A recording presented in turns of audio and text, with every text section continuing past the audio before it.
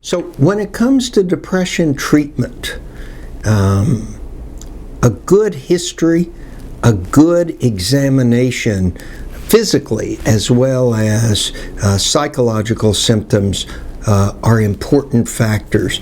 And in today's world, where physicians are pressed for time with patients, the average primary care physician has less than 10 minutes to spend with a patient, especially a patient that's been seen in the past that's not a totally new patient. And it's hard in that short a period of time to get a really good history, to look at a lot of other factors like substance abuse or trauma history or family history.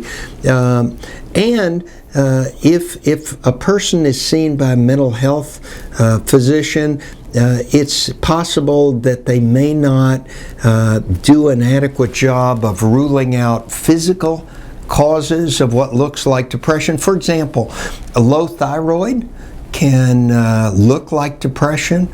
Diabetes can look like depression. Other kinds of medical problems can present as if they're depression.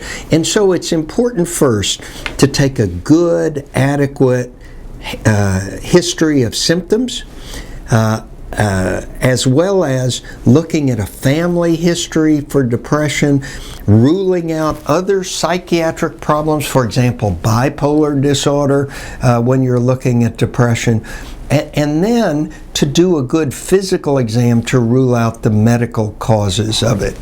One of the problems that we have now is that depression is depression.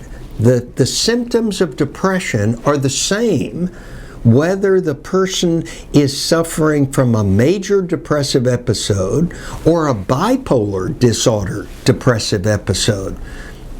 So what? Depressive episodes have the same symptoms.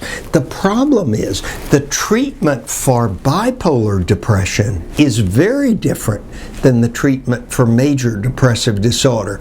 And sometimes physicians who don't have enough time to take an adequate history, or maybe the history is just not there at that point for bipolar, may initially treat a patient with a major depressive episode for major depression as opposed to bipolar depression, and the results may not be good.